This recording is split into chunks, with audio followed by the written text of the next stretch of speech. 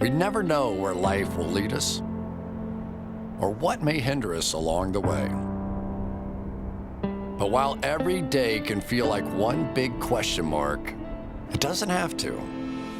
With the right insights, strategies, and solutions from Western and Southern Financial Group, together we can look ahead to leave the unknown behind.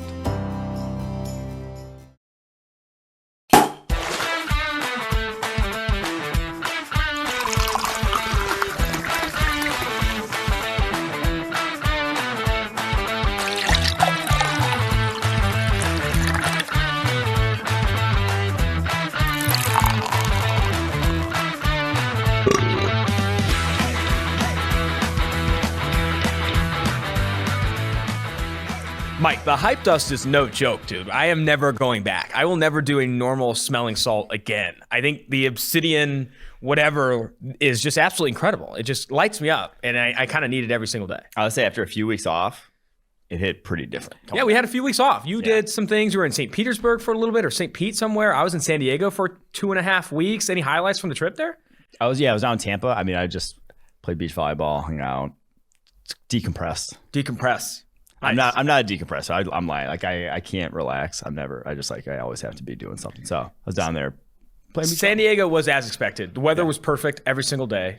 The food is fantastic. I went to a handful of beach parties, a handful of concerts. It was incredible. It was a nice decompress as well. I will say this, San Diego, the people in San Diego do not get it in that the weather is not supposed to be that good every day. Like it is rare. They take it for granted. The food, they take it for granted. They absolutely take it for granted. Like you're standing outside and it's like 66 degrees on the beach. And someone's like, oh, someone grabbed my hoodie. I was like, are you fucking stupid? Do you not get that no one else has this? No one else has this in the world. And it's just insane. It's insane that, I lived there for 4 years going to school, and now I can't take it for granted. Going back, I was like, I want to be outside every single day. I took every single meeting outside. And it's not humid, right? Or it's like, is that the thing? West Coast? It's not humid. Yeah, okay. It's dry. Oh, it's technically desert climate. San Diego's technically desert climate. So we're interviewing for a lot of open positions here at PFF, and I'm the lead hiring manager for every single one. I averaged in San Diego outside interviews 27 interviews a day. I was doing 27 interviews a day in San Diego. It was insane. What? It was insane. Is that all you did out there? That was all I did out there. On the weekends, obviously let loose, but during the week, it was insane. We're interviewing for like 6 new internships, like 12 new full-time positions, a lot of fun stuff. PFF going to the next level here, a lot of exciting stuff. But we're back. We're back in studio, ready to rip it up. And today, the 2022 NFL Draft Guide, the preseason version, comes out. Your thoughts? We've made some significant changes to the look now. I think is this the best one yet? It's always the best one yet. I mean, It's always onward and upward. I think the thing I tried to skew more towards this year with the design and the feel and like what we actually were putting in it was not to dwell on what these guys do wrong. Like not to dwell on the bad, but focus on what these guys are capable of because they're all so young. It's like a lot of these guys are 19, 20 years old, sophomores, only having maybe like some of these guys 400, 500 snaps total in their college career. It's like focus on what you saw there that was good because a lot of that bad at this point is because they really just don't have the experience. And so focus more on that. Don't want to kill these kids too hard, but we'll still give them, we still got time for that. That's next spring. We'll do that next spring. Yeah. This is what you come to the podcast for, just roasting 19 and 20-year-olds and telling them that they need to be a lot better, even though they're in there with like the 1% of the world that's even capable of going to the NFL. It's over 200 pages, available to all Edge and Elite subscribers. You can get it for 40% off. 40% off. That's $5.99 for our cheapest subscription option. You can get it for $5.99 using promo code SAVE40.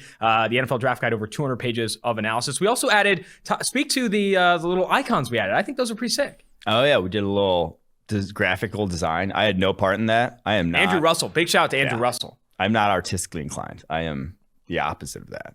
I can't even, my handwriting's so bad, I can't write stuff. Like I can't write notes. I can't read my own. So yeah, you always, and when we go to trivia, you're always like, I got to be the scribe. And it's like, dude, no one can even read your shit. No, but okay. So little trivia. This is obviously going to be a tangent. Trivia hack. If you pick the person with the worst handwriting, because when it's like kind of a toss up between answers, you kind of, and you think you're in the ballpark of what's the right answer is, but you don't maybe know how to exactly spell it or whatnot. When you have bad handwriting, it doesn't look like you fudged to try to make it look like it's kind of in the ballpark of whatever answer you wanted. Trivia hack. that's their bad handwriting. It doesn't look like you're cheating. It looks like you're kind of just doing the same thing you always did. So that's fantastic. Another part of this podcast I'd like for you to do is speak to some of your favorite comps that you came across. You did a player comparison for, I think, all the 100 players in the NFL Draft Guide, the preseason version. Some of my favorites, a more accurate Drew Stanton for JT Daniels, Kareem Hunt for Breece Hall, the running back out of Iowa State, and then Dante Pettis for John Mechie, wide receiver at Alabama. That's a freaking dig, man. Come on. Stop. No, okay. Dante Pettis was a second-round pick. Now, everyone hates the negative comps. Or the guys that didn't turn out to be good Everyone's players. like, wait, you didn't comp him to a Hall of Famer? Exactly. So you're saying he sucks? It's like Matt Corral. Actually, Matt Corral is one of my favorites. I gave him Rex Grossman, the former Florida quarterback. Rex Grossman was a first-round pick. Like, Rex Grossman was highly thought of. And then started in the NFL for a while for the Chicago Bears. But it's more of a stylistically, that's how the guy plays the game. And Rex Grossman had a cannon. Rex Grossman attacked down the football field. That is what Matt Corral does. Now, the turnovers, the bad decisions, they're on tape too. So that's why that one is fitting. And the thing is, like I said, we're not going to skew too negative, but a lot of these guys aren't going to work out. You know, it's like, what is it? Even in the first round, it's lower than a 50% hit rate on guys that turn out to be quality starters. So if you're comping them to a guy that doesn't end up being, you know, the best player at his respective position, that's probably realistic, sadly. Another comp I liked, you're turning out the going deep here. Dominic Hickson to David Bell, the Purdue wide receiver. That's a deep cut, man. You're going deep. I do love when just like it reminds me of a guy, and I'm like, who's it remind me of? And then it's like, oh shit, it's a while ago, and I'm like, I have to almost go look it up who I'm thinking of. But that one, Daniel Foley, the Mountain from Game of Thrones. Love that. That one. I mean, that one came to mind right away. That one was an easy one. I'm trying to think of a couple other that I liked here. Oh gosh, there's one I liked. Romeo Doubs to Aaron Dobson? Come on. What? That one's good. You think that one's good? Doubs. I like that one. Cade Mays to a poor man's Richie Incognito was one of my favorites. I feel like we're doing bad podcast content right now. No one knows who these are. Okay, Romeo Doubs, wide receiver of Nevada. Garrett Wilson, the Ohio State wide receiver, a poor man's Stephon Diggs. Chris Olave, I love this comp. Calvin Ridley. I mean, I think I always bring this up with Calvin Ridley. His work against off coverage and his ability to attack leverage against off coverage. You see that with Olave because when he doesn't face press, he's still outstanding at creating separation even when you're playing the cornerback's leverage. I think Olave to Ridley is one I really liked. I think you had for Justin Ross, Brian Quick. I think that's another really good comp. This wide receiver class, I know we talked about it. It's not as good as last year's. It's probably not as good as the year prior's either. Mm-hmm. But who are some of your favorites after going through this guide? Who are some of the wide receivers you really like? The one I went back and watched more of and it's like, okay, this guy I think can actually get it done. It was Drake London. And he had also one of my favorite comps too, Brandon Marshall, the USC wide receiver. Yeah. 6'5", 220. And usually that's not the type of receiver we go for, the guys that are not going to be separators, but he's such a loose athlete at that size. Like he was a top basketball recruit, actually played basketball at USC. And I think you see that in his game in that he's not stiff. He is not like, you know, the DK Metcalf can't turn. He can. He can get off the line of scrimmage. He can do the things that you're going to have to do when you are at that size and aren't necessarily most fleet of foot and explosive because it's difficult to be when you're that tall and high cut. So he was the one where I was like, I think he can actually get it done at the next level. Drake London was also, Clay Helton raved about the guy on that interview. He's comped him to Mike Evans. He's the next thing in college football. And I think when you go back and look at his tape, you forget that he's so big. So 6'4", 6'5", like he's a monster, but moves very, very well for a big receiver. If you like a big receiver, Mike Renner likes a bigger receiver. You know the kid can move because you don't like those big guys that are stiff. You don't like those guys who are only like contested catch types and those types of things. I don't want to get to every player here. Make sure you go check out the preseason 2022 NFL Draft Guide. There's player comps, advanced stats, single game grades by every week of the previous season. A lot of fun stuff. And if you subscribe for a year long, you get updates to this thing. We update it, like 3, 4, 5 times a year with the combine that will ideally happen this year, pro day information, Senior Bowl, East-West Shrine games now in Vegas. Are you going to the East-West Shrine game in Vegas? Or are you going to the Senior Bowl in Mobile? It's a tough decision. Why not both? Why not both? All right, I want to jump to your top 50 now, and we'll kind of go through and we'll pull some nuggets from the draft guide as we go. Before we do, I'm going to hammer home this promo code here. Fantasy football season is here, and we are now offering 40% off any PFF subscription with promo code SAVE40, SAVE40. You get the Fantasy Football Draft Guide, fantasy draft rankings, fantasy projections, the college football preview magazine, which is what, over 1,200 pages, and has like, I think 3 or 4 page profiles on every college football team, all FBS teams, and first edition of the 2022 NFL Draft Guide, the one we're speaking to, and all of PFF's locked article content. Go get it. Save 40% off any PFF subscription. Now looking at your top 50, I don't want to spend too much time on the guys that we've already kind of hammered home as the top players in this class, but speak to the quarterback position and how good this class is. I know a lot of people like this quarterback class, Spencer Rattler and Sam Howell at the top, but speak to the depth of it and then those 2 high-end guys. I think there's some interesting talent. I think it has nowhere near. So we went into last year at this time saying Trevor Lawrence and Justin Fields are like, you can lock them in to the top of the draft. They would have had to shit the bed hard to really not get in the top 12 from where they ended up. So I don't think there's anyone in this class that I feel close to putting in that realm. Like I'd feel better about Fields felt much better about Fields as a prospect heading into last year than I do even Spencer Rattler, who's number 1 on the PFF draft board right now. But I do think Rattler's a super talented option, super raw, and like obviously needs to improve in areas. And like he was benched last year. What, the Texas game or the Kansas State game? I don't know, maybe both. But he was not a down-to-down playmaker, consistent quarterback the way you would like to see a quarterback prospect. He's more just a high-end playmaker who does some quarterback things well. So obviously you'd like to see a leap from year 1 to year 2, but he was, again, a redshirt freshman. I think we've kind of become spoiled with, and we talk about at the NFL level, the sort of how much we expect these guys to hit the ground running at the quarterback position, how the evaluation of quarterbacks change, where it's 2 years and then kick them to the curb, go with the next guy. I think a lot of that's been at the college level as well, where we expect these guys to be good as freshmen, good as sophomores now, when throughout the course of college football history, that really hasn't been the case. The freshmen didn't win the Heisman until this past decade, right? So I do think that Rattler, you will see improvement from him in year 2, and I think just with what he brings to the table, arm and playmaking perspective, that's why he's QB1. Love Sam Howell, North Carolina, got an absolute cannon for an arm.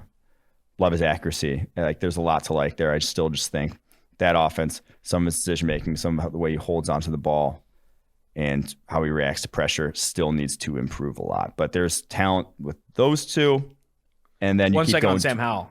I talked to Mac Brown, I think, the other day, and we brought up Sam Howell and talked about his improvement and all these different things. I think one of the interesting things that Mac Brown said, I said, what is the next step for Sam Howell? How does he improve? How does he cement himself as his top 3, top 5 pick? And he said, he has everything you want in the quarterback position. He's just got to win now. And seeing a quarterback win, he brought up, Mac Brown's been coaching since Nom, and he brought up the Vince Young days. Like Vince Young was insane. What really changed is when he won that year with Texas and went the full way. That's when people bought into Vince Young as this high-end prospect. I think seeing Sam Howell go into the ACC this year and dominate and play at a high level to a point where he can get an ACC championship, I think that would almost solidify himself as this top 5 player, because I think a lot of people want to see him win, especially with the losses they have. And I know Mac Brown on the interview spoke to some of the guys they have coming up, and I think they have a transfer running back that they really like, but still losing Daz Newsome, losing De'Ami Brown, losing Javonte Williams and Michael Carter, who Mac Brown said might be one of the best running back duos he's ever coached. And he coached Ricky Williams and Cedric Benson and I think Jamal Charles. So I do think that losing those guys will be interesting to see how he rises to the occasion and just how dominant is UNC in the ACC. Like, can he go out there with the team UNC has right now and be the best player on the football field and win them a championship? Yeah, and this year will be massive for his evaluation. I mean, it's massive for every fucking player's evaluation. That's like the year you really rely on. So that's why, again, I said try not to really dig into these guys too much. But the talent is there for him to be QB1 in this class. The talent's there for Malik Willis, the next guy entered, to be QB1 in the class, the Liberty quarterback. And we've raved about what he brings to the table from a physical perspective, but really raw as can be, and only this past year is his first year as a starter. Then the last guy I'd probably highlight, or last 2 that I highlight, Corral. We talked about the Rex Grossman comp. That's kind of who he is right now. He's just all over the place in terms of the deep shots he's taking. He made 8 deep completions last year, 8th most in college football. Not deep completions, over 40+ yards downfield completions. Oh, wow. Really deep. Super deep. He attacks down the football field, and he has that kind of cannon. Like, he had, I think, one of the 5 farthest throws in college football last year, just from release point to end point, damn near 70 yards. The guy who had the farthest was Carson Strong, Nevada quarterback, who, to me, is kind of the sneaky QB1 possibility in this class because he has got a hose and he's got a very NFL ready release and the way he gets rid of the ball. Now his pocket presence is kind of scary. He will just be floating and moving out of open pockets, very reminiscent of kind of Drew Lock in that regard, where he's just falling off throws where he doesn't need to be. And especially when you're, not playing top level competition, not facing what I would describe as NFL pressure, where it's, and NFL pockets that you see often in college. That's worrisome because it only gets worse then at the next level. But there's a lot to like about Carson Strong, the Nevada quarterback. So there's names to watch. They're just as, like I said, not the names like we've seen in this last year's class. To recap, in PFF's current top 50 board right now, it's Spencer Rattler at 1, the Oklahoma quarterback, and then at 7, so QB2, but 7th overall is Sam Howell, quarterback out of North Carolina. Then you have Malik Willis as the 16th overall player, QB3 out of Liberty. Keaton Slovis, you didn't speak to him, but Keaton Slovis there at QB4, the 19th ranked player in that top 50. And then you have Carson Strong as QB5, the 37th ranked player on this top Keaton 50. Slovis, the Anthony Trash special. He might be QB1 now. He might be QB1? He might be QB1 now. I also talked to Clay Helton, and a lot of people are excited about Keaton Slovis. And I think what was interesting is obviously this past season was nothing like his 2019 campaign. In 2019, he kind of lit college football on fire, was by far the most accurate quarterback, or not by right behind Joe Burrow in accuracy percentage and down the football field, 10 plus yards. He really showed it from an accuracy perspective that year. And in this past year, I think there were some changes in his mechanics, and then obviously COVID impacting the season. You just didn't see the same player. I think the biggest thing that I kind of, I don't want to say noticed, but like saw from a lot of these guys, especially like Pac-12 players, especially Big Ten guys whose seasons were really in jeopardy, going from freshman to sophomore year, you didn't see a lot of like big jumps from guys like George Karlaftis, Keaton Slovis, like some of these top prospects. George Karlaftis, the Purdue defensive end. They encouraging as freshmen, and then it's just like, you didn't really see much more as sophomores, but it's because they probably didn't play any fucking football. Like they didn't get a spring. They were kind of up and down whether they're even going to practice or play in the fall. And so they probably just didn't get the development or that chance to show it that you would have liked. So I think you're going to see with a spring this year, with almost like 2 years of development going over 1 year now, you'll see a lot of breakouts from guys like this. You'll see a lot of movement to this board, I will expect, this upcoming fall. So a quarterback that's not listed here, and I think it's a good day to bring him up, is JT Daniels out of Georgia. He's not in PFF's top 50. I think PFF also came out with their college football rankings. I think he's ranked a lot lower than maybe Georgia fans would expect it at 23, the 23rd ranked quarterback in the country, according to PFF's Anthony Trash. Where are you with JT Daniels, and what does he need to do to be considered a first round type of player? Because there are people who really like JT Daniels and like the flashes that they saw this past season. Yeah, I mean, the flashes were nice. Like he's a former 5-star for a reason. He has that level of arm talent. He's not much of an athlete. He's not going to create that way, but you saw him attack down the football field. But to me, I think when you saw him against a better defense, and the bowl game was terrifying because I don't think he's, and it goes back to his freshman year even at USC, where he had a super high average depth of target, had a ridiculously high average depth of target this past year at Georgia. I just don't think he has figured out when to take the favorable chances. He is just attacking down the field because he wants to attack down the football field.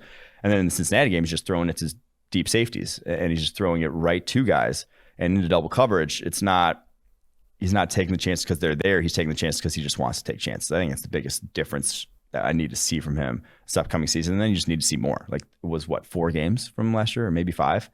It was not a lot. And that's, again, quarterback is a position you would like a large sample size at.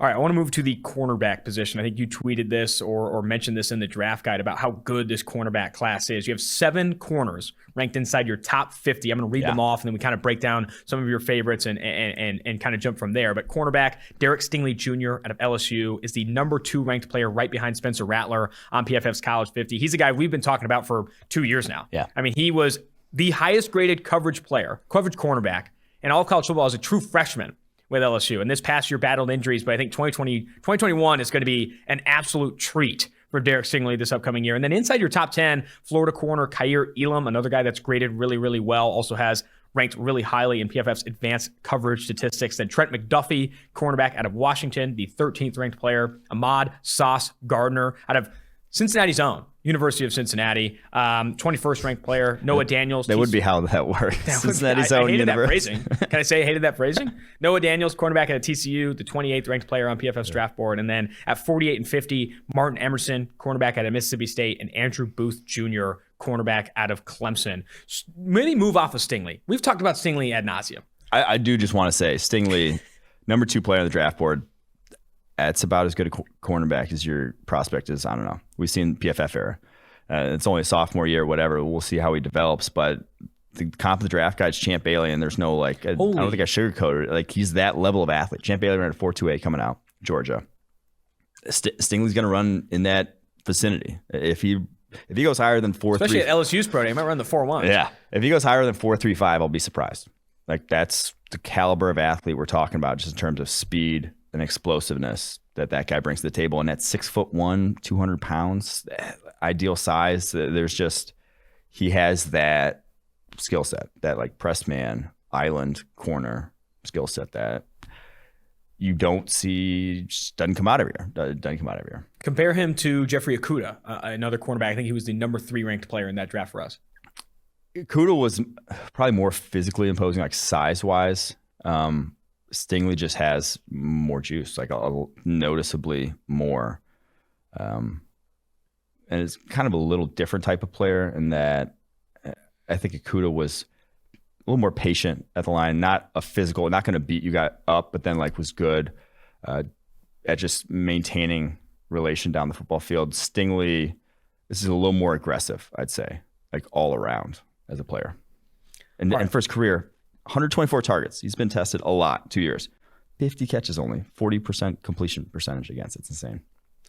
Gonna take a quick break before we jump to the next cornerback here. Gotta mention this. In these uncertain times, Western Southern, life is full of questions like, when should I start thinking about life insurance? But however difficult these questions may be, Western Southern can help you answer them. Backed by over 130 years of experience, together we can look ahead to leave the unknown behind. Western Southern Financial Group, life insurance, retirement, and investments. Go get your life insurance, fellas. If you weren't thinking about it today, now you are. Western Southern, there for you. How close is Kaiir Elam and Trent McDuffie, right now the 9th ranked and 13th ranked players, respectively, on your draft board? How close are they to Derek Stingley? Kind of compare them as prospects, and then speak to Elam and McDuffie. Not particularly close, in my opinion. Like, this one's Stingley, and then these guys are great prospects. Don't get me wrong. Elam and McDuffie, I love their tape a lot. But it is just, Stingley is that league of his own. Elam is, again, not that level athletically, not that level from a speed perspective, just not that level from what he's put on tape his past 2 years, but he's ridiculously smooth, has very good ball skills, and is a large cornerback in his own right. I think listed at 6'2". I don't know if he is 6'2", but under 200 pounds. Like, he is that sort of presence you want as an outside cornerback, and very, very good prospect. And then for McDuffie, I think in the draft, what was your comp for McDuffie in the draft guide? I kind of liked it. What was that? Let me find this thing. It was Julian Love. That's right. The Notre Dame corner. And now, again, it's going to be, maybe you get pushback. Again, Julian Love was a 4th rounder, has obviously switched to safety. But it's because they were exceptional zone cornerbacks. That is where McDuffie has been very, very good. And now he's listed at, I believe he's listed at 5'11", which if you're not listed at 6 foot as a college cornerback, that means you're probably 5'10", because if you were even in the vicinity, they would give you that extra bump. But McDuffie, very well built for maybe like I said, a smaller corner. Like, he's shorter, but he's not smaller. He is strong, an exceptional tackler, very physical, and has very good instincts for the position. So, to me, you want a zone corner, he'd probably be the best pure zone corner in this class at the moment. Gotcha. And Sauce Gardner, we've talked about him a lot. Talk about one of the more physical cornerbacks in this class. Just really leverages that rule to where you can still make contact beyond 5 yards. Do you expect to see that get fixed, or is that just the guy he's going to be? And how bad of a trait is that? How coachable of a trait is that? Yeah, so 12 penalties in 2 years is kind of insane for a cornerback, because they just don't get flagged. I mean, there's no illegal contact. And even like PI in college is not like the PI. Like, PI is far more called far more in the NFL than it is in college. Like, you get away with a lot of stuff in college. So that's the one thing that's just, I'm not exactly sure how that's going to work out for him. what it's going to look like once he can't do that. And that's like where he can improve is one of the things we've added to the draft guide. Covert physicality.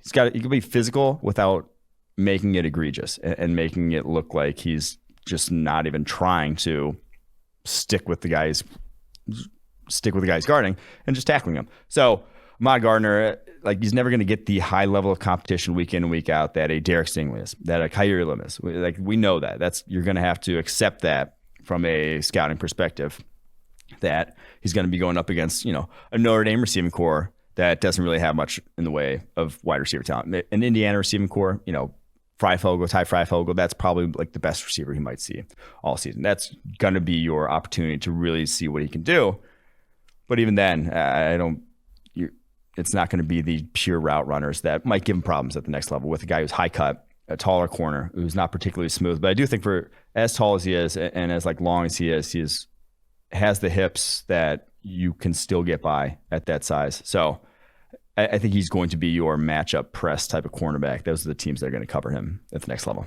I want to pivot now to the offensive line class, look at the offensive tackles, and I know you're high on some of the interior offensive linemen as well. Tyler Linderbaum, center out of Iowa, interior offensive lineman out of Iowa. But for tackle, 7 offensive tackles ranked in your top 50. Evan Neal, Alabama offensive tackle at number 6 on PFF's draft board. Jackson Kirkland, Washington offensive tackle at 15. Then you have Kenyon Green of Texas A&M at 17 on PFF's draft board. Ikem Ekwonu, who might have the most fun tape right now of any offensive lineman. Ben Fennell sent me some clips of him, and I was watching some of them. I mean, this guy, and he's also, I think, has some of the highest, is the highest percentage of positively graded run blocks of any returning college offensive lineman in the FBS. And you see a lot of those positive blocks on his tape, a lot of those big-time blocks where he's pancaking dudes into the dirt. NC State offensive tackle, the 25th ranked player on PFF's preseason draft board. And then down towards the bottom here at 41, 42, and 49, Darian Kennard, offensive tackle out of Kentucky. Thayer Munford, offensive tackle out of Ohio State. And then Rasheed Walker, offensive tackle out of Penn State. We've seen some really good offensive line classes of late. How good is this one? And speak to this tackle class. It looks like a hot class for tackle guard converts. Like Ekwonu, the NC State tackle, he's going to be a guard in the NFL. I just don't see he's going to be a guard, but I think he's going to be a damn good guard. Darian Kennard from Kentucky, I feel similarly about possibly Rasheed Walker, but he may stay at tackle. So I think it's a hot class for that. And I do think after watching this, after going back through Linderbaum, and obviously I've watched a ton of them because we've been high on him ever since we first saw him. Same with his other teammate too, though. I remember Kyle Schott. Yeah, Kyle Schott. Linderbaum may be the best center. When he could, we'll see how he does this year, but he may be the best center probably prospect we've seen. I think since Frank Ragnow, or I think better than Frank Ragnow, because I just think he's a better athlete than Ragnow. Ragnow was a very talented dude, but I think Linderbaum athletically, he can do it all. Like that's what you want center position. Stuff. Like we put a center 11th overall on the PFF draft board. That means his tape's pretty fucking good. Yeah, like, we'd taking into account positional value and like how you can get. How the sort of replacement level at guard and center is just much higher than a position like tackle or Linderbaum is the only interior offensive lineman in the top 50. Yeah. I mean, obviously the PFF's draft board is always going to factor in positional value more than others, but man, that really does speak volumes just how good the Iowa center is. Yeah, I mean, like putting an interior offensive lineman in our top 25 over the past couple of years has been something that they better be damn good. I think we had Elton Jenkins in the top 25. Who plays tackle now.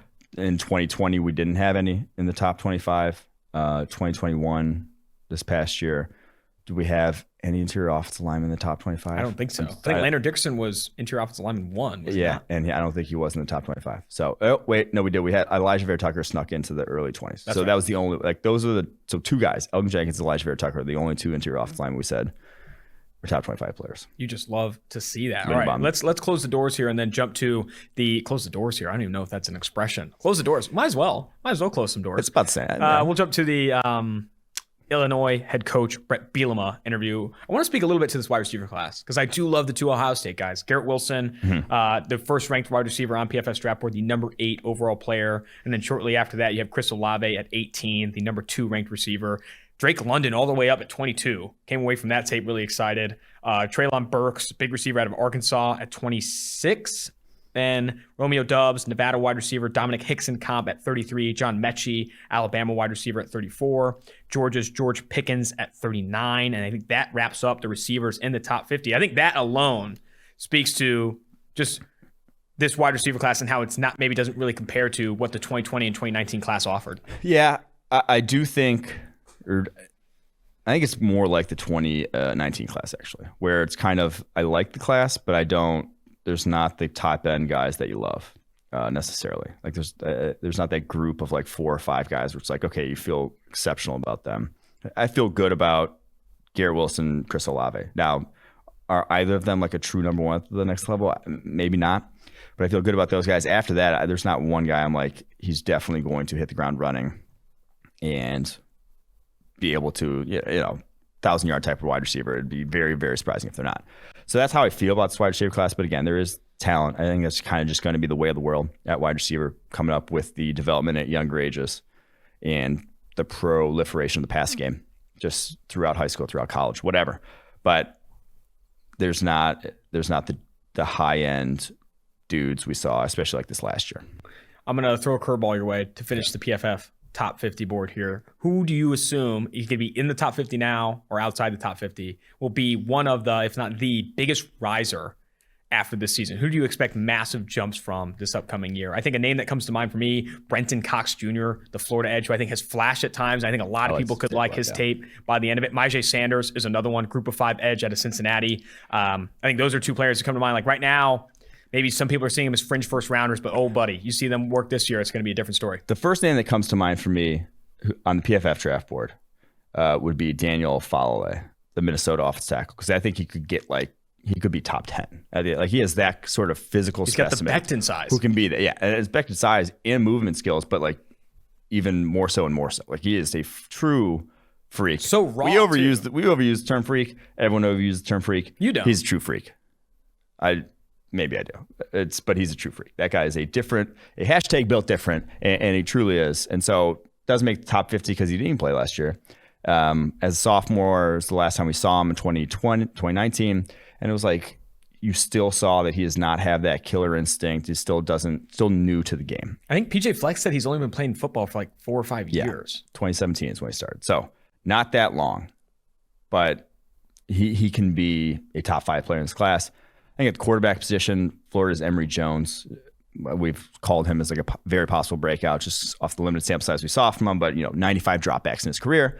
And I think the one guy, so he's already high on the PFF draft board because the more I watch his tape, I mean, I watched literally all his plays because there wasn't a lot of them, but who I think the general public will start to come around as a top of the first round possible prospect is Adam Anderson from Georgia. Yeah. I just watched him, like the get off, the way he attacks, exactly what you want. Now, 235 pounds, he is not there yet, but I think more so than any guy I've ever seen at 235 pounds on the edge in college football, I think he can still get the job done at the NFL because it's like a lot of his pressures are bull rush pressures. That's a lot of what he does, and he's got a ridiculous frame. It's just you got to ask, why is he still 235 pounds after being a 5-star defensive end recruit? And literally the reason he doesn't see the field is because he can't play in the run game, but we shall see. He's one of my favorite prospects in the class. Dude, I am freaking stoked for this upcoming college football season. Man. Fantastic stuff as always, Mike. Really appreciate the work you put in for the 2022 NFL Draft Guide and the preseason top 50 board here. Let's jump now to I always say let's jump. I'm going to get rid of that. Let's welcome Bret Bielema, Illinois head coach, who also in Champaign, Illinois, first college football game of the year, gave us a clear invite to, Mike. Bret Bielema said, hey, you better be out here. So we got to make a play. Back home? Come back home? Come back home. Let's go to Champaign, Illinois to open the college football season right. Full stadium. We'll go to Joe's. We'll go to new Cam's. They closed old Cam's. It all sounds awful. Cam's was a disaster. Called Joe's and new Cam's? Well, I mean, so it was just called Cam's, but then they closed it and opened up another Cam's elsewhere. So the bars just named after random white guys? Joe's if you would have seen the guy that owned Larry's. Cam's. There's like the Red Lion and a few others, Firehouse, but it's been a minute. I haven't been back there since 2017. So let's welcome Bret Bielema, Illinois head coach, to the show here on 2-for-1 Drafts. Now joining the 2-for-1 Drafts podcast is current Illinois head coach Bret Bielema. Bret, great to have you on the show. Awesome, great. Thanks for having me on. We were talking a little bit before we were recording here and talking about you were born right next to U of I, or I guess Prophetstown is where you moved when you were 4 years old. But one of my favorite quotes from the pre-recording here: "Born with chicken pox, came out fighting." My friend, I'd love to hear about your origin story from Illinois and how excited you are to be back coaching for the University of Illinois. Yeah, there's so many times in life, right? You're affected by things that happen around you or with you that you had no idea they were going to have so much meaning until later in life, right? And yeah, I grew up in Illinois, grew up in an environment that really in an area in Illinois that was kind of a little bit of everything. There was, we're close to the Mississippi border, so there was a little bit of Iowa, Wisconsin, Illinois fan going on. So I actually grew up an Illinois fan, had an Orange Crush towel on my bedpost. And my high school colors were orange and black, and then the orange and blue was obviously very close to that. So kind of grew up as an Illinois fan. Illinois didn't recruit me, but unfortunately nobody else did either. I walked on at the University of Iowa and was competing against Illinois really from the time I was in college until the time I came here. I was a head coach, obviously, at Wisconsin, was at Arkansas as well when we recruited the state. So I've been coming in and recruiting against Illinois for a long time, which really made me more familiar than ever to take over and do this job as we have it now. Gotcha. I want to hit on a little bit of that, that coaching you did at Wisconsin. Had an absurd start to your coaching career there at Wisconsin. I think you started with 3 Rose Bowls back-to-back appearances there. Coached some absolute stars: Joe Thomas, J.J. Watt, Russell Wilson. All had high-end careers there in Madison, also in the NFL. I'm interested to know, because all 3 of those guys specifically are leaders, and I think that's what you were grooming there at the University of Wisconsin. What do you feel like are some commonalities between Joe Thomas, J.J. Watt, and Russell Wilson? Because yes, they play different positions and they're all talented in their own ways, but I all think they left UW with legitimate leadership qualities. What are some commonalities between those 3 players, and where do you feel like there are some obvious comparisons between Wilson, Thomas, and J.J. Watt? Yeah, 3 different players, 3 different stories. Joe was actually a player when I was a defense coordinator for 2 years. I was able to see the effect he had on the team, and then going into his senior year, it was kind of an unusual tore his ACL in his bowl game of his junior season, came back and was a senior captain and an unbelievable leader. I believe we had 6 captains that year, and he was able to, showcase his leadership skills, but also just pure recovery, right? He went through a lot of adversity and became the 4th pick in the draft, and obviously everything he did in the NFL. JJ was a little bit different story. I don't think JJ was actually our captain for us. He left as an underclassman, so he's never actually in that leadership role, but a very good player in his own right. And then, Russell came to us as a transfer student and, came in really in July, and in August was voted captain by his teammates, went on for a very special season to win a Big Ten championship. I believe that was our 2nd. And then obviously all the career that success he had in the NFL. And it was very easy, especially each one of those guys, but especially probably Russell, like a guy that came in a short fashion. The first grad transfer I ever really took into our program. And you could see in a very short time that he had a huge effect, not only players, coaches, fans. He just had that leadership quality trait that was very, very special. Sticking with Wilson, I think you told an ESPN reporter in 2015 that when interviewing for the Dolphins gig, you advocated for Russell Wilson, said you had to take him in the 2nd round. I need to hear that story from your end, because I saw some details in that story. I want to know from your end what that story was and any added detail from, telling the Dolphins they should take him in the 2nd round, them obviously not being on board. Yeah, it was really just kind of, again, one of those things you're a part of. You didn't know how to understand it. They had actually called me in December about interviewing for the job, but we were preparing for, we had just won the Big Ten championship, the very first ever inaugural Big Ten championship game in Indy against Michigan State. We won that game, which put us in the Rose Bowl against Oregon. We had been to the Rose Bowl the year before against TCU. So kind of a neat thing about my history was we won the last ever non-championship game title, right? We beat Ohio State, who was number 1 in the league, beat Iowa on the road, and then we won 4 games to win out the regular season that gave us the Big Ten championship. And then the next year, the Big Ten championship game was created, and we won that inaugural game against Michigan State to win the Rose Bowl, and then won it the next year as well. So one of the cool things going into the Big Ten season, I'll walk into that Big Ten meeting as a head coach that's won more Big Ten titles than anyone in our entire league, So that's a neat thing for us to grow from. But I would say, later on, after the Rose Bowl, Miami called. I went down and interviewed, and I was sitting with Stephen Ross, the owner, and some management people in the organization. And that was actually the year that Peyton Manning was coming out. And it was the Peyton Manning sweepstakes, and they were all talking about that. And I just said, listen, I don't know where our guy's going to get drafted, but I think he's a guy that, can really be something special. And obviously they didn't think the same, and the decisions were made and the choices were made, and obviously it worked out for everybody involved. But that's kind of what I was saying earlier. In these moments, like, you have no idea how that's going to formulate to where we are now, and everything has a tendency to kind of work its way out. You obviously had insane expectations, really high expectations for Russell Wilson going into the NFL. But did you ever expect to see him so quickly enter the top 5 quarterback conversation, win a Super Bowl like he did with Seattle? Did you think that quickly he'd hit the ground running? Because you obviously had a higher opinion of probably anyone coming out of Wisconsin. Yeah, it really wasn't shocking at all. Once you were around Russ, and it's easy to see his physical skills, like his accuracy, his demeanor. But the thing that I began to know and learn about Russell after spending a year with him in competitive moments was he truly defines great quarterback play. Great quarterback play is defined by being at their best when things around them are at their worst. And that's kind of what Russell was. He was better in moments where, you hadn't prepared for him, or he was forced into a situation because the way play broke down to create and interpret a situation right in front of him. And his leadership skills were unprecedented. His ball accuracy was obviously off the charts. He was a good enough athlete. We didn't really use him as a running quarterback, but he was able to get himself out of trouble and buy time to stay alive and throw the ball. And then it's just his demeanor and his competitive nature. It's really what you've seen materialize in front of him. He's a guy that has uncharted abilities. And as a head coach, you realize he's not a guy that's going to come around often in your lifetime. Just somebody that has that extra special power.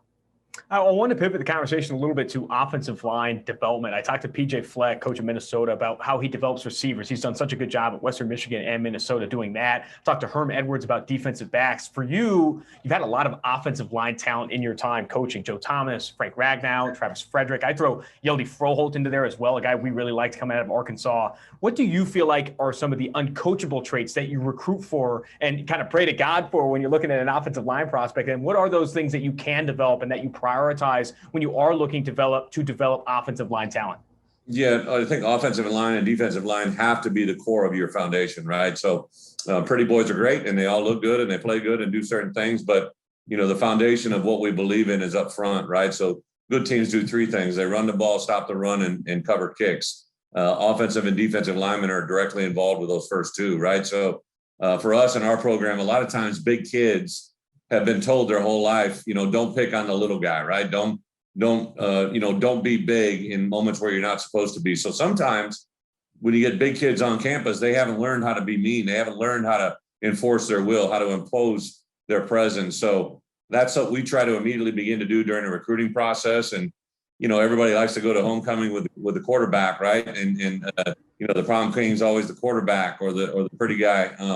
What we try to do is we try to instill that mentality in our line prospects as soon as we start recruiting them. We put them at the forefront. For us, when we travel by airplane, they sit in first class. They're put in a premium seating for us because that's what we feel is important. And that's really been the foundation for what we've laid every program. And the ones that when we really started winning, really at Wisconsin and Arkansas, when we went 6-2 in league play in the SEC and beat a lot of teams no one thought we could, it was based on what we were doing up front. So that's a premium for us. I tell you, we probably can never put enough value on length, athleticism, and transitional power. Guys that while they're running can still have power. A lot of times when they're bigger, when they start trying to move people, they try to put too much into the push instead of the drive, and they stop their feet, which causes them to fall to the ground. There's just little things we picked up on in evaluation that makes us kind of stand out from the rest. You had 2 years working under Bill Belichick in New England, and also, a lot of really good coaches that, prioritize offensive line talent as well. I've talked to a handful of coaches at the collegiate level and even in the NFL that have worked under Bill Belichick and all have kind of unique experiences or unique takeaways from that experience. What do you feel like were some unique takeaways or obvious takeaways that you had from working under Bill Belichick, and how do you plan to kind of take some of those and apply those at Illinois? Yeah, well, first, for my opportunity to go to New England had been a kind of a steady progression. I first got to know Coach when I was an assistant at Iowa. Then in my head coaching career, he drafted several of my players, and just kind of a mutual sharing and understanding of thoughts and ideas. when the opportunity came to join him in New England, something that I ran to, and literally every day in that building was nothing but literally a utopia of football. It just a constant learning, things I'd heard before and got reinforced, things I'd never heard before and were ingrained, and then also a mutual sharing of ideas and thoughts. So it was really just 2 years of unprecedented learning and something that I definitely use every day in our program. Recruiting right now in full force for you. I know you're prioritizing it significantly, and you already spoke to kind of some of the techniques that you've had, prioritizing offensive linemen, putting them in first class. You've had that experience at Wisconsin. You had that experience at Arkansas. What are you bringing to Illinois that is different maybe than what has been brought there in the past? And how exactly are you attacking recruiting to really compete in what is obviously a very competitive conference? Ohio State, these big blue blood programs, Michigan, that have been there for so long. How are you attacking kind of this unique experience there at Illinois? Well, I think without a doubt, you learn more through life, through moments of adversity than you do through success. And the thing that I quickly began to understand in my transition from college football to the NFL was everything was based upon your roster. What is your roster made up of, and how well and how fluid can you replace it year in and year out? So my 3 years in the league really have a huge effect on me as a head football coach in college now, because of the transition to the transfer portal, grad transfers, and all of the different opportunities that are available for kids to move and transition. We are still a developmental program, huge emphasis on high school recruiting, but you can kind of use the transfer portal as a free agency type, situation. And that's what I did. I structured our entire personnel department very similar to what an NFL team uses. I have Pat Embleton, who runs our entire recruiting and personnel division. I hired Jay Kaiser, who handles our transfer portal, who came out of several years in the NFL. I was able to bring a seasoned 30-year Hall of Fame high school coach in from the ranks here in the Illinois high school that works as our direct relation to high school coaches. Terry Hawthorne, former player who was also a high school coach.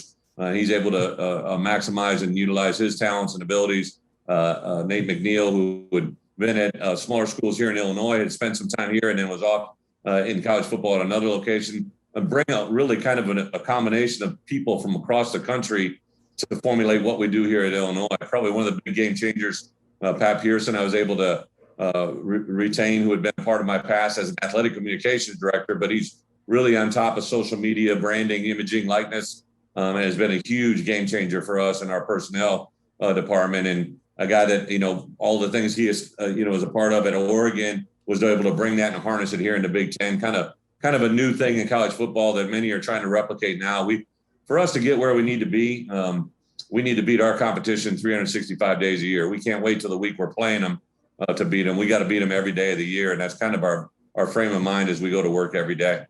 I love that mindset. I think that's absolutely how you should approach it, especially, working there at Illinois where adversity is coming, all the time. I think Illinois, I read something recently that 21 quote unquote kind of super seniors, people that are taking advantage of that extra year of eligibility due to the COVID-19 restrictions in 2020. I think you have the most returning scholarship super seniors of any Power 5 team in the country. Over 80% of offensive starters coming back, 86% of defensive starters coming back. What impact do you think that's going to have on this first year with the program there with the University of Illinois? Do you plan, and how do you plan to kind of live up to those expectations or take advantage of those super seniors returning? Austin, that's a great point. So, in college football, when I took this job, we were going through COVID, and I basically said to Josh Whitman, our athletic director, we got to be able to take advantage of any COVID rules that can give Illinois an advantage. And, Josh, our AD, actually played here, has 2 degrees, has a law degree, a guy that, walked the walk of our players. So he's invested, not just from an administrative point of view, but he was a former player here, a former tight end that played in the NFL. He knows what it takes to win here, and he's been fully supportive of us in everything that we've done. And to get those 20, we're actually up to 22 super seniors now. Wow. Had 2 guys come back, 2 different stories, but one case in point, Jay Canson, who's a very accomplished player in college football, came back after training in the NFL preparation for Combine.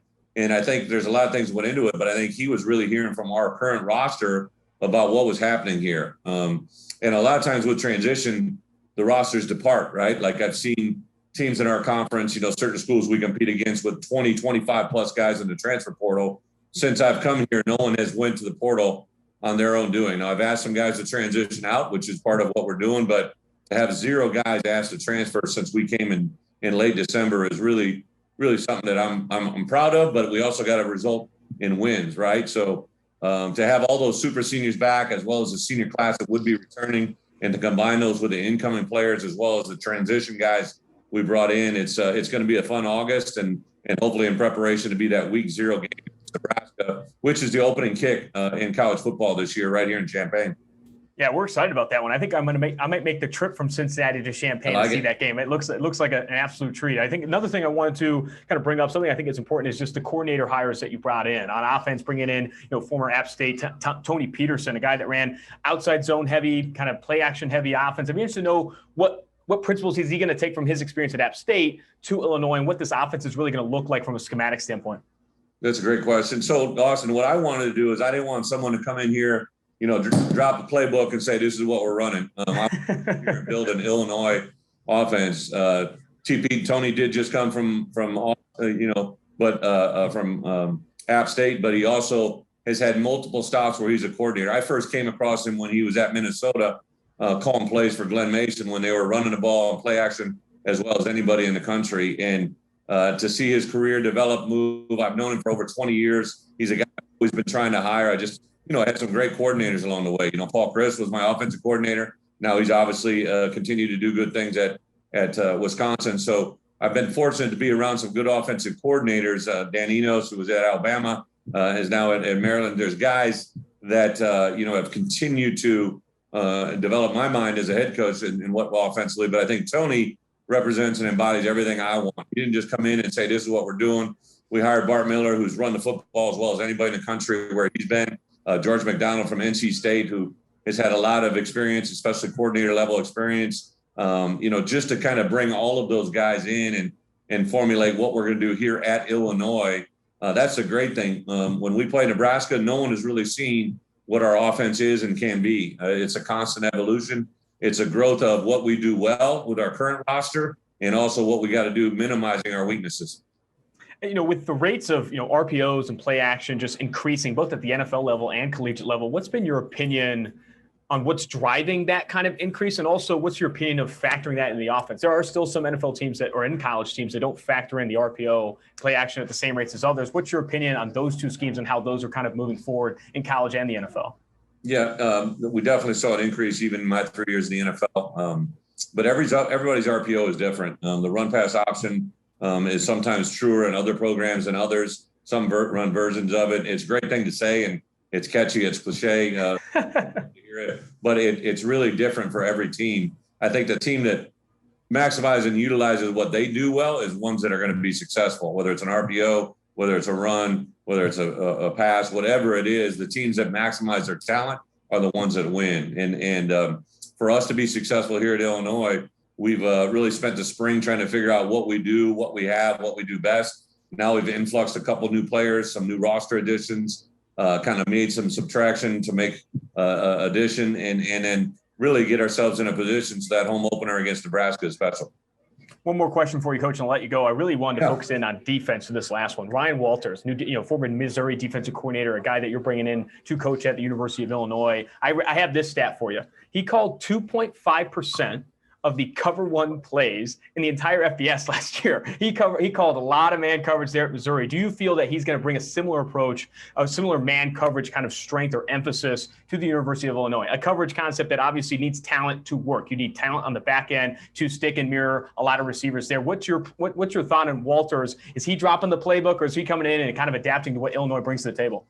Yeah, again, same principle in Austin. That's a PFF tat you just gave me, right? Like that's stats and numbers, but it's always a part of your past, right? That's what PFF works off of, is show you the history of what things are, and they're the best in the business at it. But for me here at Illinois, the reason I hired Ryan Walters is the man he is, but also to work in a staff and an environment. I've had a defensive background in history that we've got together and talked. I have three guys on defense: Ryan Walters, Kevin Kane, and Andy Boo. All those guys have been coordinators at the highest levels, and Ryan's going to call our defense. He's defensive coordinator, but to add, Kevin Kane, who was at SMU, became an active defensive coordinator who transitioned here. Andy Boo had been a defense coordinator at Rutgers, Maryland. Cal has had a lot of defensive success. Terrence Jamison, Aaron Henry are other two defensive coaches who played for me at Wisconsin. It's just really a fun time to come in and blend the playbook and make everything great and make Illinois what we need to be. Hell yeah, Coach. I really appreciate the conversation, man. Best of luck this upcoming season. Thank you, Austin. Appreciate it. ILL. That's going to do it for this episode of 2-4 Drafts. Make sure you rate, review, and subscribe to 2-4 Drafts on Apple Podcasts, Spotify, wherever you get your podcasts. Also, leave reviews. We're still taking mailbag questions. We're going to reintroduce the mailbag episode back into the show as we get closer to August. Really appreciate you guys. Austin Gayle, Mike Renner, producer Max Chadwick, and Mike Quinn, 2-4 Drafts.